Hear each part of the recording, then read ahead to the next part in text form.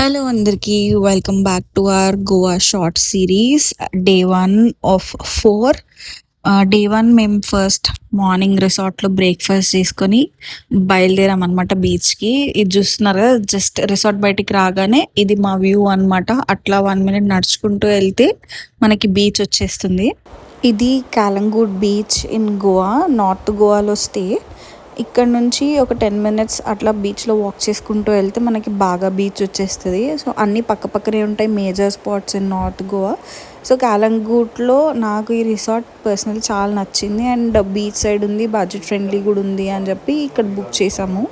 గోవా మొత్తం prime location అయినా అందులో నార్త్ గోవాలో కాలంగూట్, బాగా, అంజునా ఇవన్నీ ఇంకా ప్రైమ్. బికాజ్ మనకి రెస్టారెంట్స్ యాక్సెసిబుల్ ఉంటాయి, బీచ్ స్టేస్ బాగుంటాయి.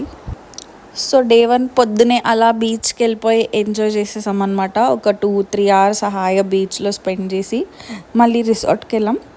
వచ్చి ఫ్రెష్ అప్ అయి లంచ్ చేసుకొని then we went for sight seeing. రిసార్ట్లోనే ఒక 2 వీలర్ రెంట్కి తీసుకున్నాం. మనకి గోవాలో బైక్స్ ఈజీగా అవైలబుల్ ఉంటాయి అండ్ యాక్సెసిబుల్ కూడా.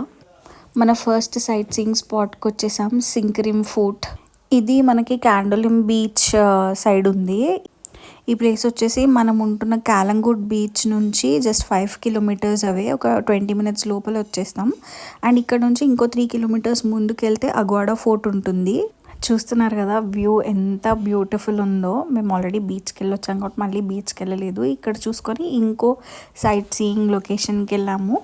అదేంటి అనేది నేను నెక్స్ట్ రీల్లో షేర్ చేస్తాను. మీరు కూడా నార్త్ గోవా ట్రిప్ ప్లాన్ చేస్తూ ఉంటే ఈ 2 లొకేషన్స్ మాత్రం అస్సలు మిస్ అవ్వద్దు.